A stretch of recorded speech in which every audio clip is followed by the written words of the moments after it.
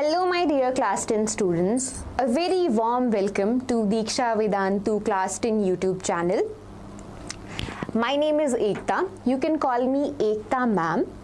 In this video, we will be discussing class 10 chemistry sample paper for the year 2025-26. Now, why are we discussing this sample paper? As you know that the sample paper pattern, the paper pattern for class 10 CBSE have been slightly changed. So there have been three actually. Initially in the previous years you get a mixed paper where there will be physics, chemistry, biology questions all coming together. Now there is no sequence, randomly they are stacked.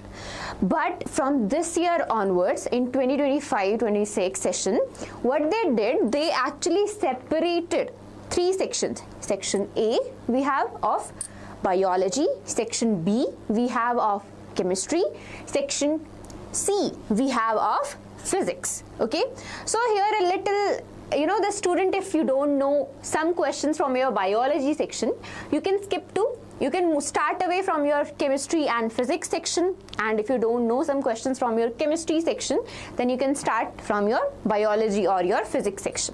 Okay, you need to mention the section at the top of your exam. Okay, you need to mention it in your answer sheet which section you will be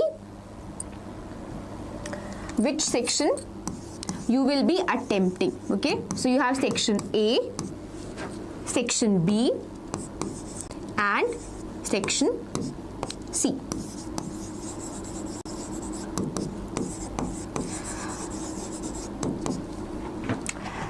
In this video, we will be solely focusing on this section.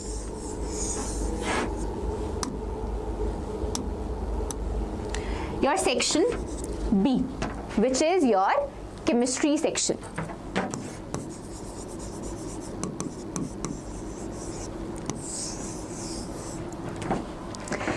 No need to worry my dear students, we will be solving each and every question from your sample paper.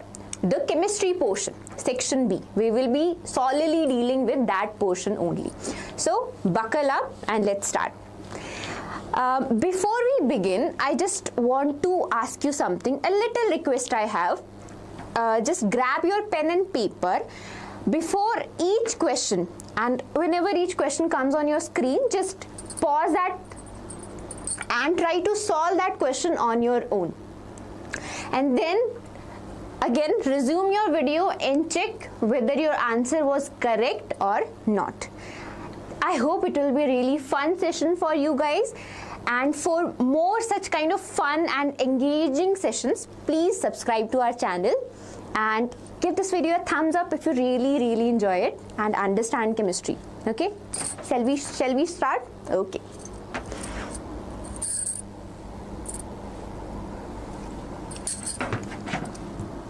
So let's start with 1 markers. With 1 markers, the questions having 1 mark.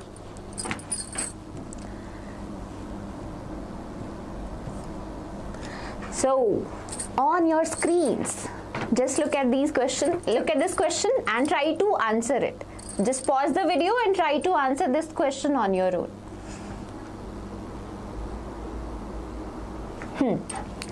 Okay.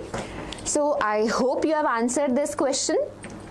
Now let's start solving this one. Which of the following equations represent redox reactions, and what are the values of P and Q in these equations? We are given 2 equations here, right? In the first equation and in the second equation, what do you see is happening? So in the first equation, your ferric oxide is getting converted into iron. Oxygen is getting lost. Oxygen is getting lost. So this is called your reduction. Your aluminium is getting converted into aluminium oxide. Your aluminium is getting converted into aluminum oxide. So what is happening here? This is your oxidation.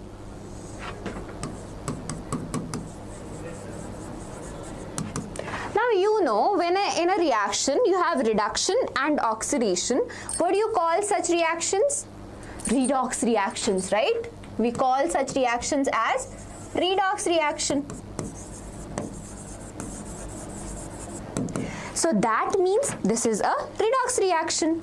Second equation, your C4H10 is getting converted into CO2. That is addition of oxygen. So this is also a oxidation reaction, right?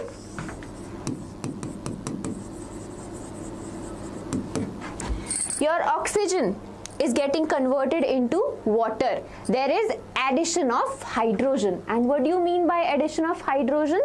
That means reduction. And again, when in a reaction both oxidation and reduction are happening, that's called a redox reaction. Okay, dear kids? That's called a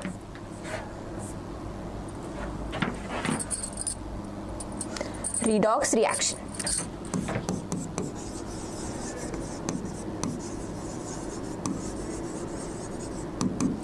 So these both are redox reactions, right? Now we need to find the value of P and Q.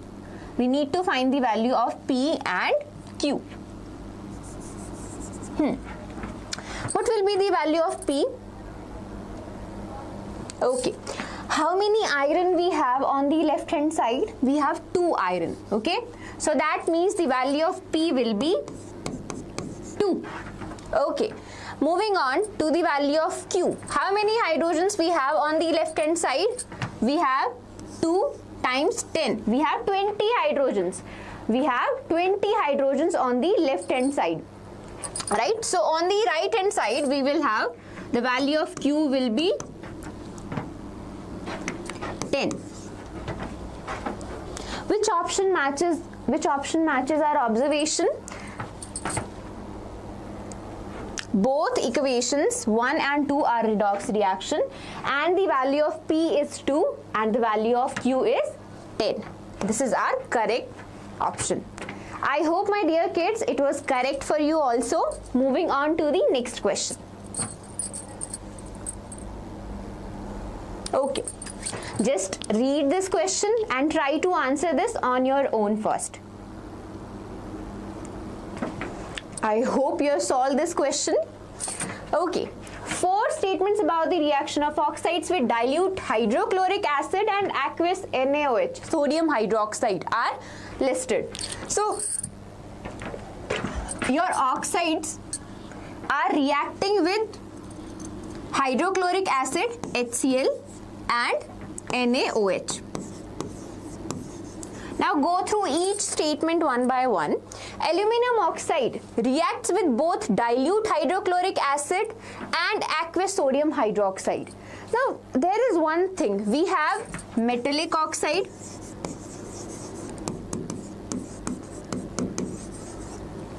we have non-metallic oxide.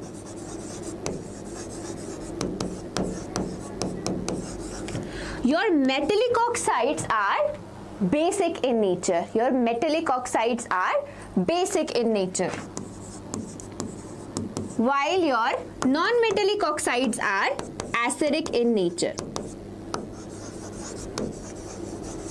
So, in here we have aluminum oxide. In here we have aluminum oxide. What kind of oxide is aluminum oxide? It is an amphoteric oxide. Your aluminum oxide is an amphoteric oxide. Okay. So, what do you mean by amphoteric oxide? Your amphoteric oxides are those oxides which react with both acidic and basic oxides. Okay. They react with both acidic and basic oxides. So, this statement is correct, as your amphoteric oxides, they react with both acids and bases. Okay. Next one.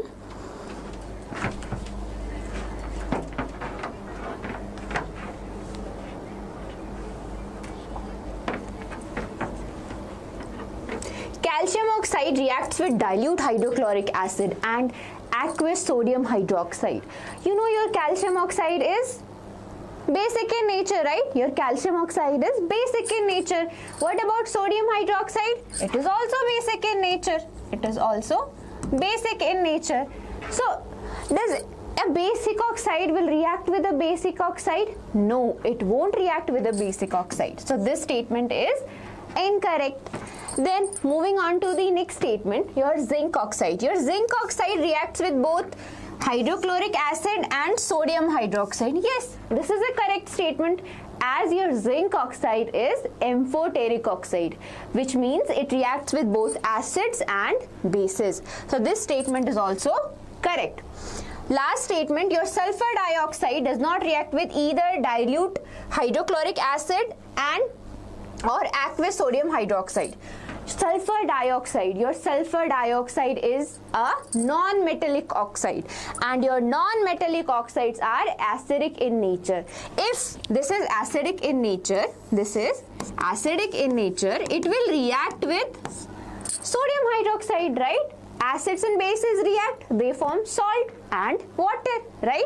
So that means your sulfur dioxide will react with sodium hydroxide. So this statement is incorrect also. So which options are correct? Your option number 1 and your option number 2 statements are correct, okay? So your answer is B. Your answer is B. I hope that was the same answer for you guys also. Moving on to the next question. Okay, dear students, please try to answer this on your own first, then I'll give you the answer. Okay, which of the following substances when dissolved in equal volume of water will have the highest pH value? Will have the highest pH value. Okay? So, highest pH value, what does that mean? You know, you have a pH scale. You have a pH scale 0 to 14, and in between you have a 7. From 0 to 7 you have acidic pH. From 7 to 14 you have basic pH, right? At 7 you have neutral, or you call them salt. Clear? So when you dissolve something in water, that increases its pH. Is that acidic or basic? Correct. We added basic solution. We added something basic. Now out of these 4, your sulfuric acid is an acid. Correct? So this is not the correct option. Incorrect. Acidic acid is also an acid. It will not increase the pH. It will decrease the pH. So it is not correct. Magnesium hydroxide and sodium hydroxide, both are basic in nature. Both will increase the pH value. But we know your sodium hydroxide is a much stronger base than your magnesium hydroxide. So this will be your correct answer. This will be your correct answer. I hope it was clear. Moving on to the next question.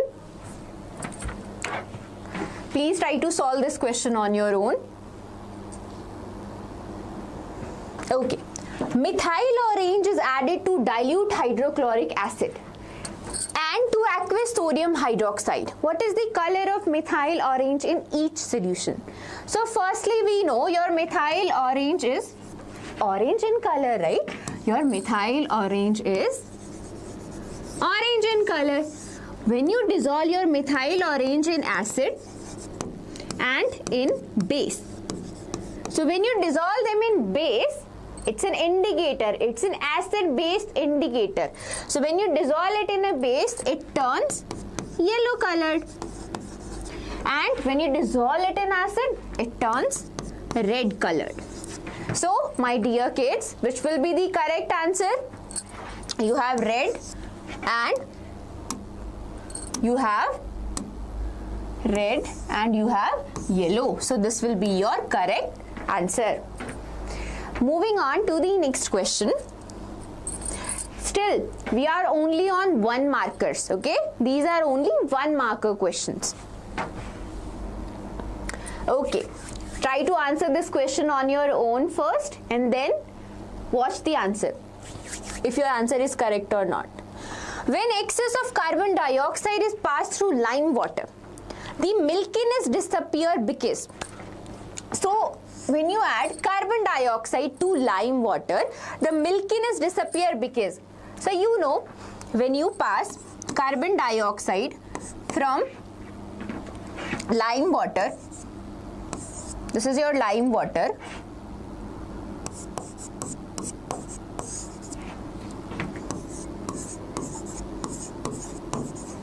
you get calcium carbonate plus H2O. This is your product. You get calcium carbonate. This calcium carbonate is insoluble. Hence we get the white PPT, white precipitate. Hence we get the white precipitate. Now if we pass too much carbon dioxide, this is insoluble white precipitate. That's why we see this milkiness. The milkiness is due to the insoluble calcium carbonate. Okay.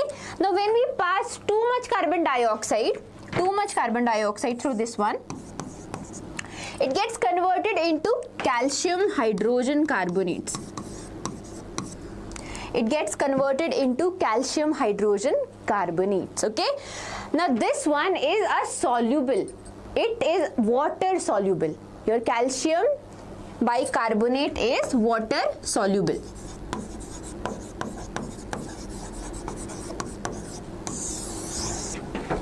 So which should be the answer? Insoluble calcium carbonate converts into water soluble calcium bicarbonate. This is your correct answer. I hope you are understanding it. I hope it is very clear to you. Okay. Moving on to the next question. Okay. Again, solve this question on your own. In the reaction of aqueous solution of barium chloride with aqueous solution of sodium sulfate, so you have barium chloride, aqueous, reacting with aqueous solution of sodium sulfate,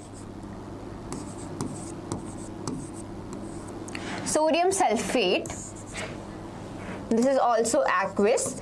What products are you getting? You are getting BaSO4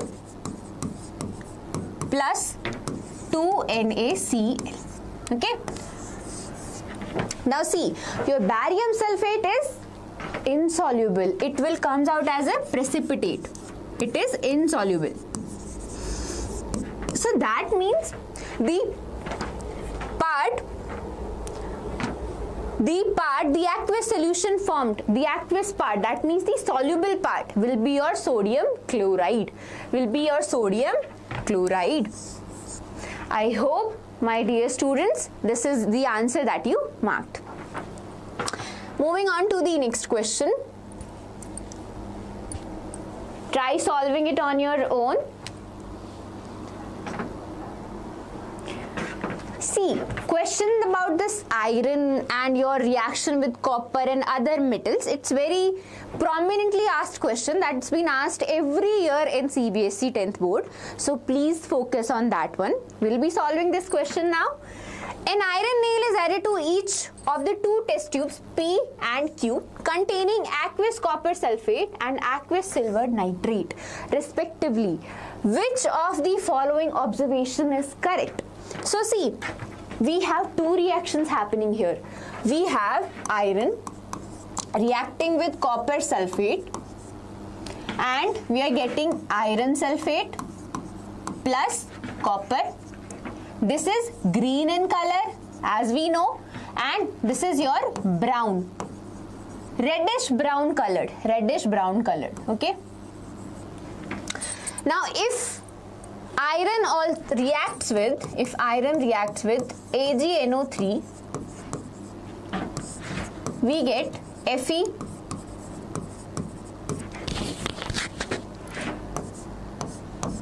plus Ag. So here also your aqueous silver nitrate when reacts with iron, we get iron nitrate and silver. This is your silver. So the observation will be in the test tube P. In the test tube P, the iron nail is coated with a blue coating. And in the test tube Q, there is no reaction. No, this is the incorrect option. Iron nail is coated with a brown coating in test tube P and silver coating in test tube Q. Yes, the coating of copper in test tube P and the coating of silver in test tube Q. So this is your correct answer. For the two other options, there is no reaction in either of the test tubes. That's incorrect because obviously there is a reaction. Your iron is very much reactive in copper and silver. Last option, there is no reaction in test tube P, but a silver coating on iron nail is seen in test tube Q. This is also incorrect. Okay, moving on to the next question. Just try to solve this question on your own. Okay, so C4H8, C4H6, C4H10 are members of the same homologous series. What do you mean by homologous series? Your homologous series means that we have a series of organic compounds,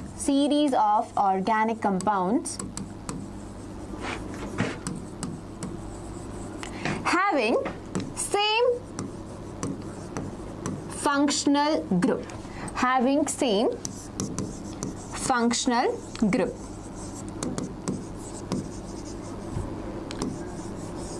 same general formula,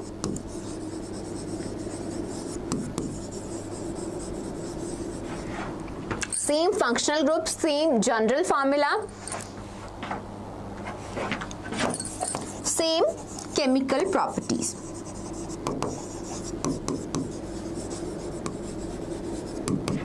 And same physical properties also. Sorry, the physical properties are different. Or you can say there is a gradual change.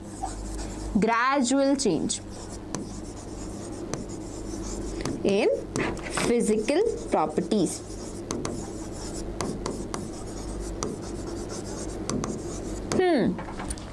So here we have C4H8, C4H6, C4H10. Do they have the same general formula? No, they don't. So this is incorrect. Your reason: C4H8, C4H6, C3H4, C3H6, C2H2, C2H4. These all are unsaturated hydrocarbons. What are unsaturated hydrocarbons? Hydrocarbons, basically carbon and hydrogen containing compounds, and unsaturated means they have either double or triple bond. So, do these have double or triple bond? You know, your double and triple bond have a formula: CN H2N and CN H2N minus 2. This is the formula of your unsaturated hydrocarbons. So yeah, this matches with these ones. Clear? So your reason is correct, but your assertion is wrong. So the correct answer is D. A is false, but R is true. I hope your answer is also correct, my dear students. Moving on to the next question. Oh, now we are getting 2-marker questions. Okay, are you excited? Okay, this is the question for 2 marks. The following activity is set up in the science lab by the teacher. He clamped an aluminum wire on a stand and fixed a pin to the free end of the wire using wax. So see, here it is a metal wire, it is a clamp, and here if you can see it, so it's like wax, this is wax, and to this wax there is a pin, this pin is fixed on this metal. This is metal, this is a metal wire. You need to answer these questions. Then he heated the wire with a burner and from the end where the wire is clamped. Student observed the pin fall off. Okay, this was the introduction part. Okay. The first question was, if the teacher replaces aluminum wire by silver wire, will the student observation change? Yes. Yes, my dear students, it will change. Why? Because silver is a far better conductor of heat than aluminum. Silver is better conductor of heat than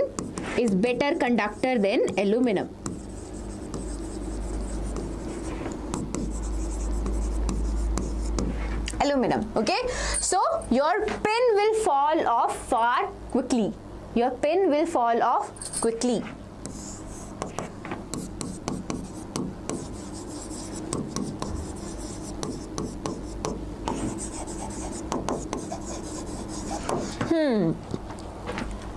My dear students, if you are liking this session, please like it if you are liking this, and please do subscribe to this channel if you understand chemistry, and if this is the content that you are looking for.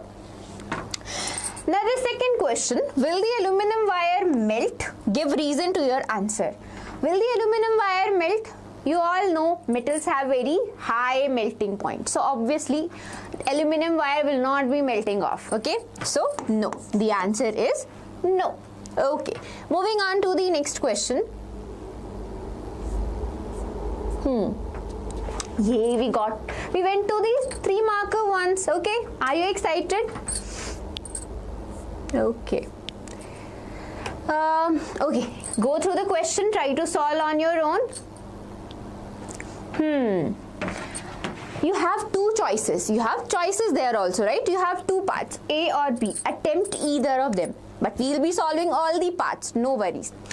So, A part, an element X is stored in kerosene. I think you should click something. And cannot be extracted from its ore using a reducing agent. So, a metal that is so reactive that it is stored in kerosene, and it cannot be extracted from it using a reducing agent, because it is really reactive. Okay, X forms an ionic compound on reaction with chlorine. So it could either be sodium or potassium. It could be sodium or potassium. But moving on to the next question, then you'll see which answer is more suited. Can we store X in water? Give reason to support your answer. Obviously, we can't store X in water. If it's sodium or potassium, either of them, they are very reactive, right? Sodium reacts vigorously, potassium reacts violently. Okay, so no, because it will react violently. It will react vigorously.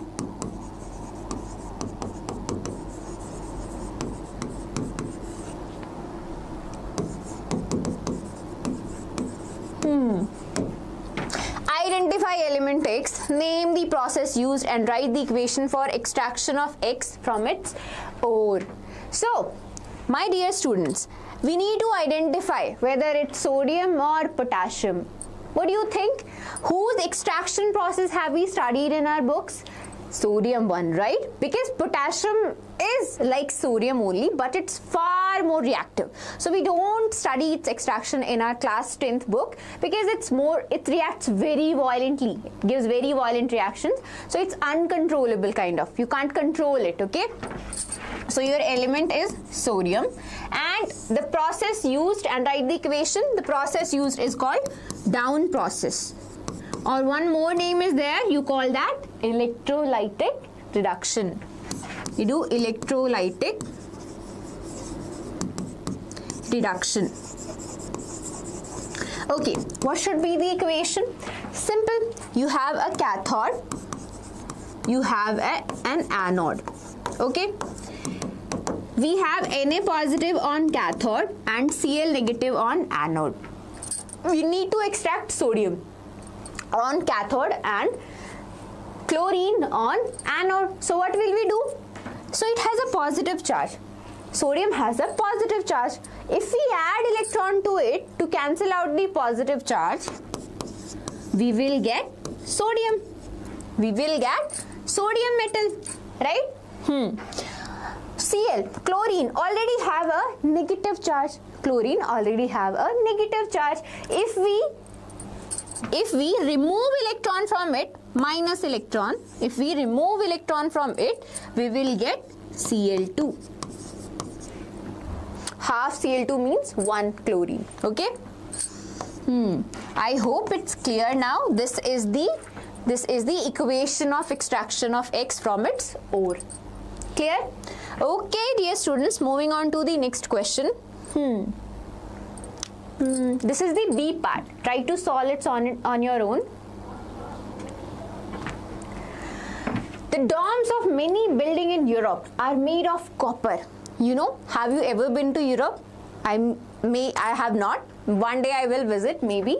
But you see, there are many domes. You know, what's a dome? It's like this structure. Looks like this. Like this. You have these lines and everything. Sorry, I'm really bad at drawing. So these dome-like structures are there. They all are made of copper. These domes now appear greenish in color. These domes now appear greenish in color. Greenish in color. Why do they appear greenish in color? Though copper is orange red in color. Why do they appear that way? So you see, your copper reacts with carbon dioxide and we get copper carbonate. We get copper carbonate. Okay. This copper carbonate is greenish in color. Due to which your buildings, your domes that are in Europe, they appear greenish in color. In your opinion, should the copper domes be replaced by iron domes to overcome the problem of change of color of copper domes? Obviously no, dear students. Why? Just think of it. Your iron is far more reactive, far more prone to corrosion than copper. Okay? Clear?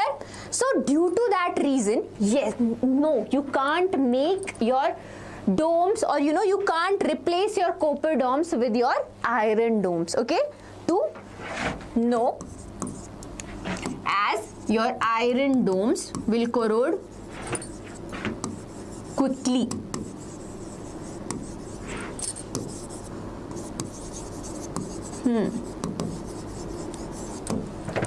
Next question.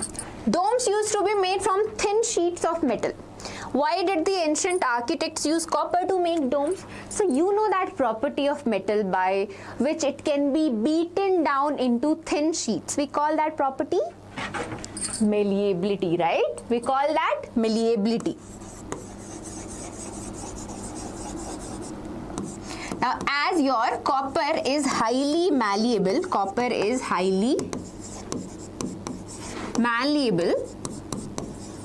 that's why, my dear students, the ancient architects used copper to make domes. Okay? Clear. Moving on to the next question. So, try to answer again. Try to answer it on your own, then I'll answer it. Okay, dear students. Amrita electrolyzed distilled water. Using the setup shown in figure 1, she was expecting two gases to be evolved at anode and cathode respectively. So this is her setup. One is anode, one is cathode. I hope it's visible. One is anode, one is cathode. And she put distilled water in it.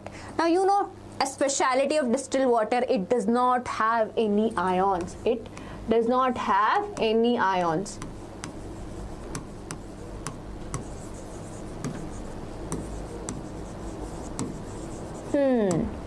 Suddenly she realized that the bulb in the circuit did not glow when she used distilled water. Okay, fine, great observation. So she was expecting two gases. Okay, moving on to the question part. After this realization, she added a substance to the distilled water for electrolysis to take place. Answer the following questions based on the information given above. Which gas was she expecting to be formed at the anode and at the cathode? Which gas at the anode and which gas at the cathode?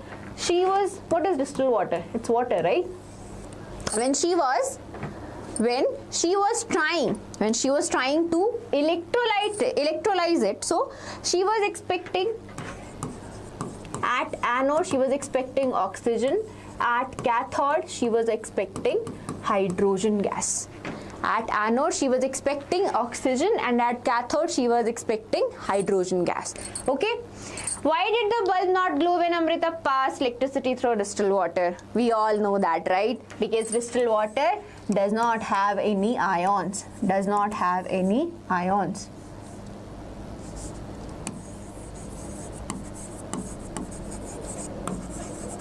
And due to the absence of ions, there won't be any electricity conduction.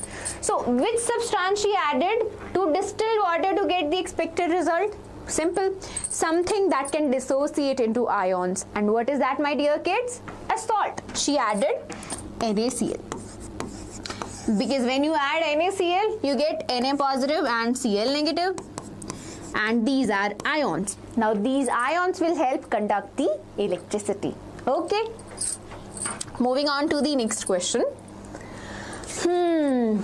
Identify the type of reaction. Again, try to solve on its own.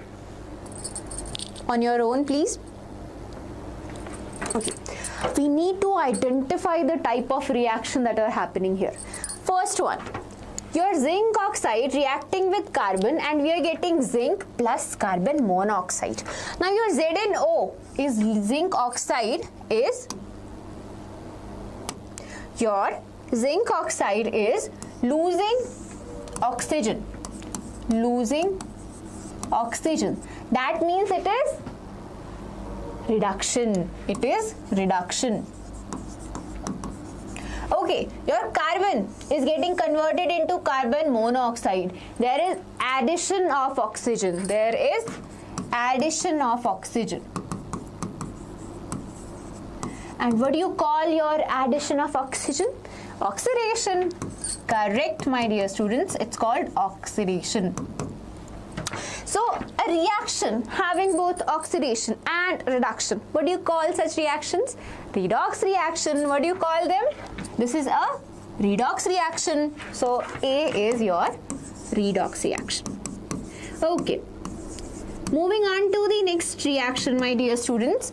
ZnCO3, zinc carbonate, when you heat it, that means heat is being provided, heat is absorbed. When a reaction is absorbing heat, it is endothermic.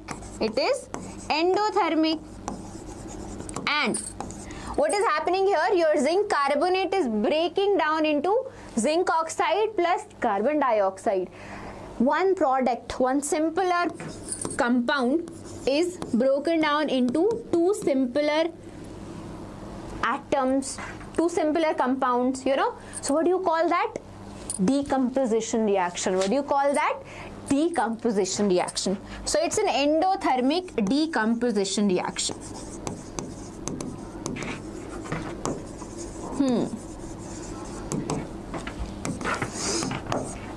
Moving on. Last, C. Magnesium combines with oxygen, we get magnesium oxide plus heat. Heat is getting released. What do you call that? Exothermic, right? We call that exothermic. So that means this reaction, again, your magnesium and oxygen are combining, we're getting one product. What do you call that reaction? Combination. The atoms are combining, giving one compound. So this is your combination reaction. The name is exothermic combination reaction.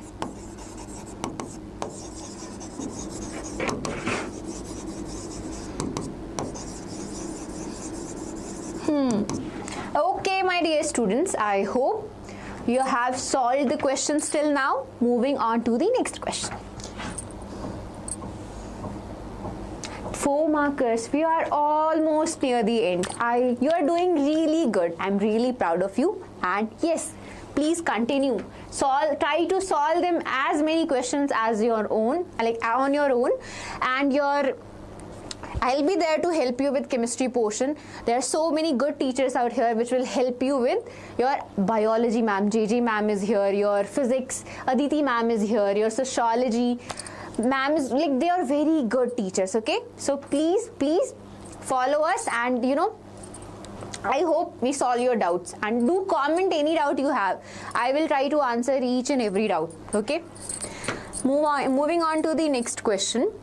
4 marker one. Okay, on your screen, try to solve it on your own first, please.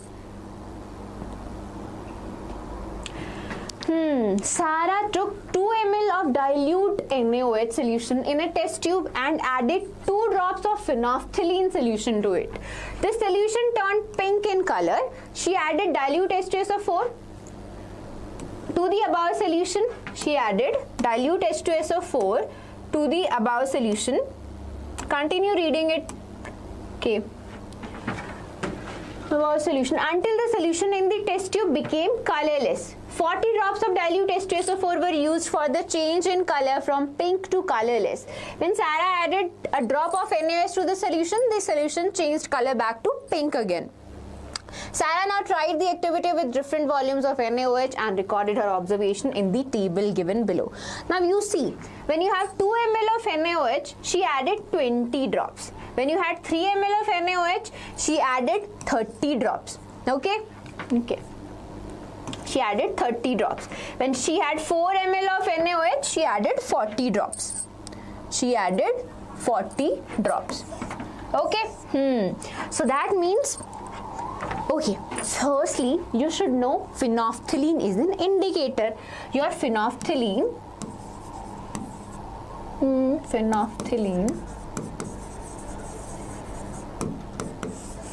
when you add phenolphthalein in acid or acidic medium, it turns colorless. It turns colorless. Okay? And when you add it in basic medium, it changes color to pink. Changes color to pink. Okay? So, we don't have the question yet. The question is on the next slide. Answer the following questions based on the above observation. If Sarah used concentrated H2SO4 in place of dilute H2SO4, how many drops will be required for the change in color to be observed? What do you think, my dear students, is happening? Okay, let's see. She was adding dilute H2SO4 to a solution of sodium hydroxide. Sodium hydroxide is a base. Your H2SO4 is an acid. When you combine acid and base, you get salt, right? Salt plus water, and you call them a neutralization reaction. This is a neutralization reaction. Okay? Now moving on, she used dilute H2SO4. She used dilute H2SO4. If she used concentrated H2SO4, the concentration is very high of your acid, right? So what would have happened? In that scenario, did she need more than 40 drops, less than 40 drops, or equal to 40 drops? So when it was dilute, she needed around 40 drops. When it is concentrated, she will need definitely lesser than 40. Okay? So your answer is B. Your answer is B. Okay? Because your acid is concentrated. Because the acid is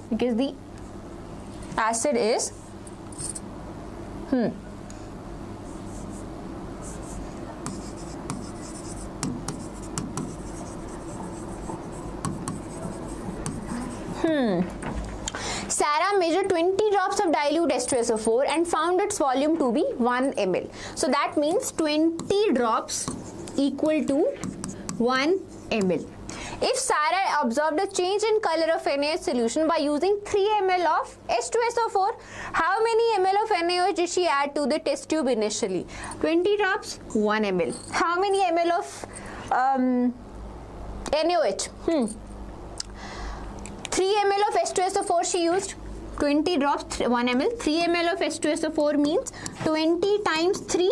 That means 60 drops. She used 60 drops of H2SO4 to observe the change. Okay. How many ml of NaOH did she add to the test tube initially? That means 3 ml she used. Okay. Sarah takes 10 drops of dilute H2SO4, 2 drops of phenolphthalein. It's the same question.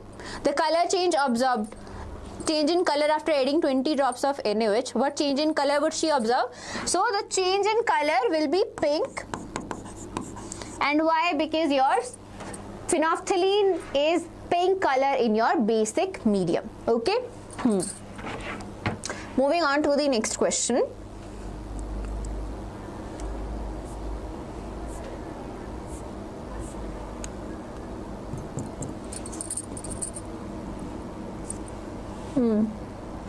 Okay.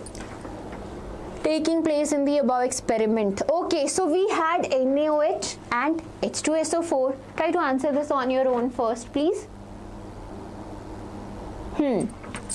So we have NaOH and H2SO4 dilute. Okay, so we will get Na2SO4 plus H2O. Na2SO4 plus H2O. Balanced chemical equation you need to write. Okay, so I'll balance it. You need 2 NaOH. Your hydrogens are balanced. 2 hydrogen 4. And here we have 2. You'll add 2 here. Okay, 4 to 8, 4 to 8. Everything is balanced. This is the balanced chemical equation. Okay, what kind of equation is it? There is acid. There is base. So obviously it is neutralization reaction, right? Okay, so it is neutralization reaction.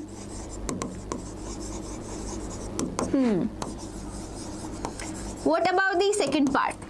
Neutralization, precipitation, neutralization, double displacement, as well as precipitation, double displacement. So see, the Na2SO4 is soluble. It is water soluble. Okay, so there will be no precipitation. There will be no precipitation. Okay, so in that case, this is PPT. In that case, the answer is neutralization and double displacement. As you see, your Na is replaced by your H2. Okay, and your SO4, your H2 is replaced by your Na. So we have a double displacement reaction going on here. Moving on to the next question, which are our 5 markers. Okay.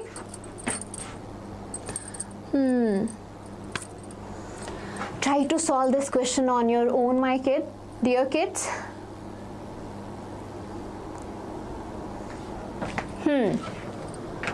Attempt, again, you're given a choice. Attempt either A or B. A hydrocarbon with the formula CXHY undergoes complete combustion as shown in the following equation. You have CXHYO2 gives CO2 in H2O. Firstly, you need to find the value of X and Y. How many carbons are there on your left hand side? 6. That means 2 is already here. Your X value is 3. Clear? What about Y? How many hydrogens you have on your right hand side? 12, right? So that means here Y value will be 6. What is the formula? We get C3 and H6, which is similar to CnH2n. That means it's an alkene. It's an alkene. Which alkene we are talking about? This is your propene. This is your propene. So the chemical, your chemical name of the hydrocarbon is propene, my dear kids. Now write it, draw its electron dot structure. We can draw it here also. Okay. You have electron dot structure will be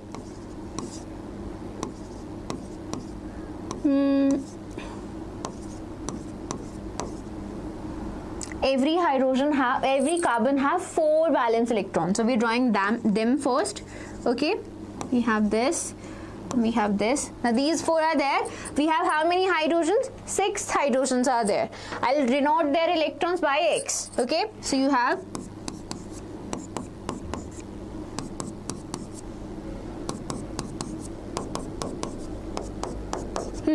Now count. We have 6 hydrogens and 3 carbons. This is your electron dot structure of propene. Electron dot structure of propene. Name the alcohol which on heating with concentrated H2SO4 will produce the above hydrocarbon. CXHY. So when you are given propene, the alcohol associated would be propanol. C3 H5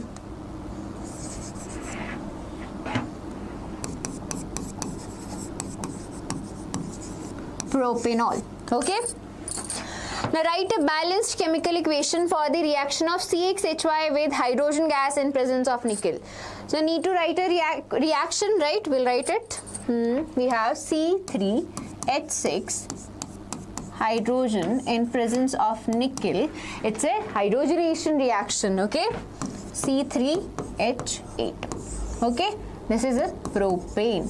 This is propane. Okay, I hope the question was clear, my dear kids. Moving on to the next question, which is your last, I believe. No, there's a part. We told na, either you do A or B. Okay. The electronic structures of atoms P and Q are shown below. So here we have P. The electronic configuration is 2 and 1, 2, 3, 4, 5 and 6. 2, 6. What about Q? The electronic configuration is 2, 8, 1. 2, 8, 1. Yours, this one's similar to the electronic configuration of a metal. Okay? Because metals have a valency of 1, 2 or 3. Okay? So they either have 1, 2 or 3. And this is a non-metal, as non-metals have a valency of 5, 6 and 7. They have a valency of 5, 6 and 7. This is a non-metal. You can actually know 2, 6, that means it's oxygen, right? It's oxygen. 2, 8, 1. Sodium, right? Okay, we don't need to answer it in that way, but we know what we are dealing here. Now move on to the question. Okay. Okay, try to answer these questions first. You know some hint I have given you. If P and Q combine to form a compound, what type of bond is formed between them? Your P is non-metal. Your P is non-metal, my dear kids, and your Q is a metal. And what kind of bond is formed between a metal and a non-metal? Ionic bond. What do you call that? An ionic bond. And what kind of bond is formed between a non-metal and non-metal? Covalent bond. You have a covalent bond. Non-metal and non-metal. This NM means non-metal and non-metal. Now give the chemical formula of the compound formed. So we had Q and we have P. P was a non-metal and Q was a metal. Okay. The valency of P was 2. The valency of P was 2. It was 2, 8, 6. Sorry, 2, 6. Okay. Okay, your valency of PQ was 1, 2, 8, 1. Your P had 2, 6 and your Q had 2, 8, 1. Okay, the valency of Q is 1. The valency of P is 2. Okay, how do you write the formula? You always write your metal first and your known metal later. Okay, so firstly we write metal and then we write non-metal. Okay, so we crisscross them, we get Q2P. This is the formula of the chemical compound. It is an ionic or covalent compound? Correct, ionic compound. It is an ionic compound. The compound so formed is dissolved in water. Is the resultant solution acidic or basic in nature? Okay, we know it was Na2O. It is a metallic oxide, and your metallic oxides are acidic or basic in nature? They are basic in nature. They are basic in nature. Okay, so the answer is basic. Write the chemical equation for the reaction between Q and ethanol. So we know what is Q. Q is the metal part. What was the metal? We had sodium. Okay, so we had, let's say sodium reacted with C2H5OH. What do you got? We get C2H5ONA. Clear? we get C2H5O Na. Now we are given Q here. In place of Na, we are saying Q, right? So the formula will be, this is the chemical equation. The chemical equation will be your Q plus C2H5OH. We get C2H5ONa OQ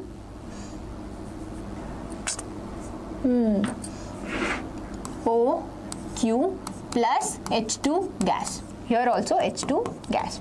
Okay. So the chemical equation for the reaction between Q and ethanol will be C2H5OQ plus H2. Okay. Moving on to the next question. What will be the formula of the compound formed when P undergoes bonding with carbon?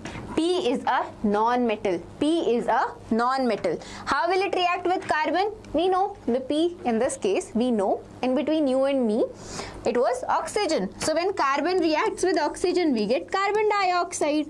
We just need to replace oxygen by P because we are referring to that as P in this particular question. So what you'll call it? It will become CP2. This is the formula of the compound formed when P undergoes bonding with carbon. And what kind of compound will it be? What type of bonding will be there? Ionic or covalent? Covalent, because both carbon and oxygen are non-metal, and between non-metal and non-metal you have covalent bonding. Okay, so the bond is covalent. Moving on to the last question, my dear students. This one you can answer very easily. I'm really confident about this one. Okay.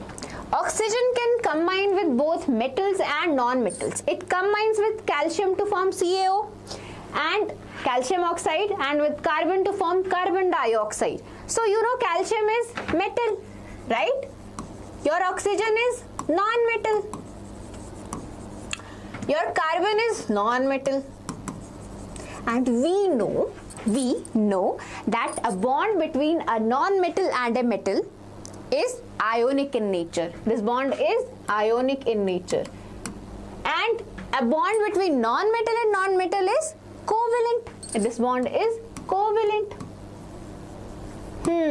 So what type of bond is formed between carbon and oxygen? Covalent bond. The bond is covalent bond. Identify the type of bond formed between calcium and oxygen. We already answered that. Ionic bond. Which of the above compounds will be a good conductor of electricity in molten state and why? You know ionic compounds are good conductor of electricity because they are presented as ions in their molten state. They are present as positive and negative ions. These ions conduct electricity, right? So the compound will be your calcium oxide. Comment on the physical state. Calcium oxide, right? Solid. Your carbon dioxide will be gas. What is the valency of carbon? Anywhere you go, the valency of carbon is always 4. 4. Okay, my dear students, we solved each and every question from the chemistry section of your CBSE class 10 sample paper 2025-26. If you have any doubt you have, please comment under this video, reach out to us. We'll try to solve your doubt as soon as possible. I hope you really like this. I hope you really understood. And again, a very thank you everyone and take care.